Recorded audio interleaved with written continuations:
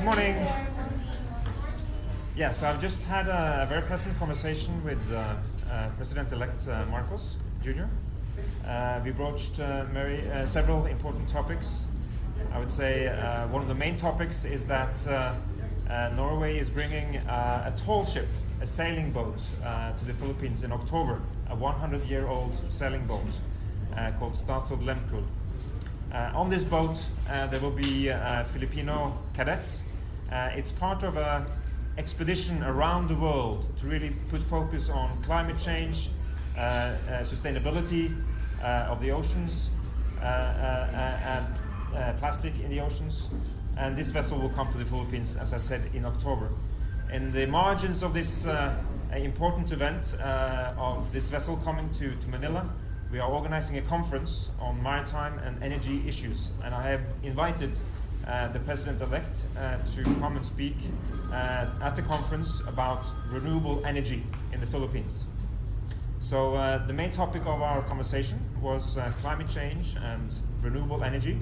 Norway has big investments in the Philippines in renewable energy, and more companies and more investments will come in the coming years.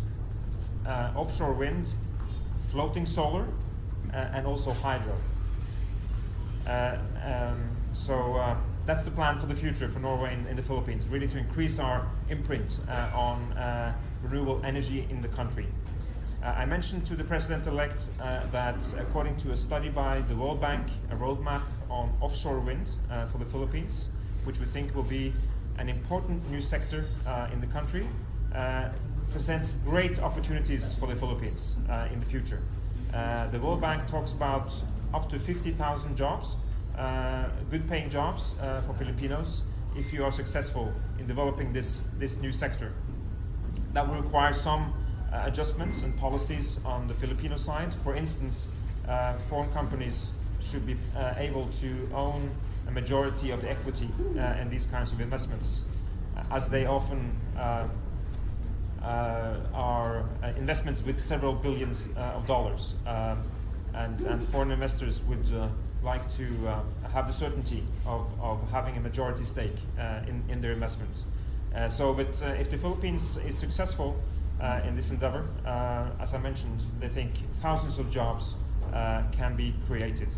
Sir, what is that new sector that are you referring to? Can you elaborate on that? Yeah, so offshore wind is basically so the best wind resources in the Philippines and in many countries are offshore, at sea. And actually in the areas of the sea where you would need floating solar. So the windmills will float in the water. And Norway has one of the first big projects of this right now being developed. And this is a great opportunity for the Philippines for a plenty supply of energy. As you know, the country is growing in the economy and energy consumption is increasing. So offshore wind is really one of your best bets for the future. Ambassador, on a slightly different topic, Norway has served as a third-party facilitator for peace talks between the government of the Philippines and the Communist Party. Was this discussed during your meeting with the President-elect, and what did he say about it? Well, I wouldn't use this opportunity to talk so much about what the President-elect said, but yes, we discussed this topic. I would say what we discussed in most detail on the peace file was Norway's engagement in the Bangsamoro. Norway is the vice chair of something called the Independent Decommissioning Body, charged with decommissioning former combatants. We have achieved 20,000 former combatants being decommissioned so far out of 40,000. So we are halfway there, and we look forward to continuing our support to bring peace to the Bangsamoro, also during the next administration. Thank you, Ambassador. Yeah, thank you so much.